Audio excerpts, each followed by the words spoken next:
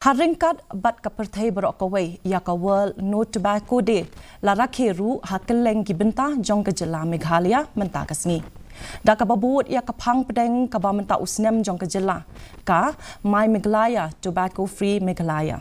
Ki skul baper hakeleng jong ke jela ki layai rally bat penong ya ki drama lingkot ha ki surok ba la kumbashi bna mentah ban pen sapriang jingtip syapang ka jingkta Basniu jong ke Jingbam lani di Duma. Tu ngini kami ya kani ke kubor.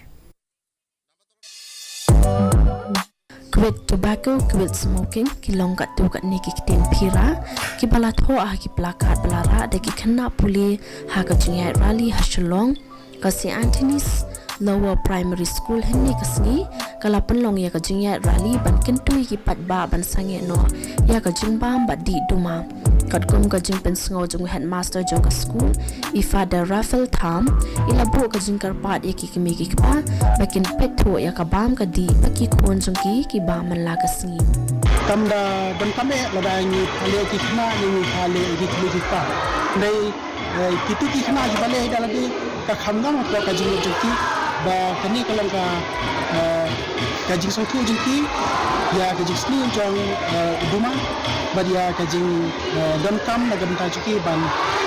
kiar kat bala na kajing bam na kajing di tu. Hagawai pat kaliang ko office ng District Health and Medical Officer nongpo haringkat bo District Sports Officer Ribhoy District henni kasni kila penlong ya ka Jingmareh ka ba nyaw kilometer Naduh long nar sa NSCA Indoor Hall hanongpo kumbashi spa arpongot kinong mare kila shim bentaha ka marathon. Haga jingkeren jongka i Dr. Andy Mauri i balong i District Nodal Officer jongka Ribhoy i labanjor halo ka jingsni ba ka jingkta jong Duma. So I would request teachers, especially I know that under the SSA there are the social health welfare ambassadors who are teachers and have a major role to play in terms of health, in terms of not only health of the children but health of the family altogether, to think about it. And tobacco is one way you can help to improve not only the well-being of a child physically, but emotionally, mentally as well.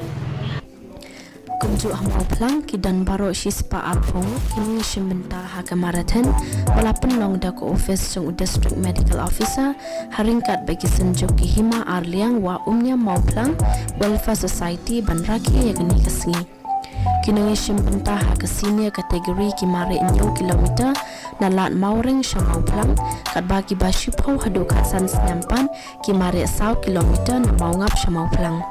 Ino mare ibalatemen imi it keman walang ila syapan ke burom da ka kusnam bekerpang. Hagawai pat ke program la penlong ya ke jingya ka fancy dress ke bala penlong science hall nongpo ringkat ke jing sam ya ke kubor halo ke jing sni jong Duma ikong AR kenta ibalong i assistant deputy commissioner ila sam ya ke kusnam shekin jom ke ni ke jingya kam Burio report DD News Meghalaya.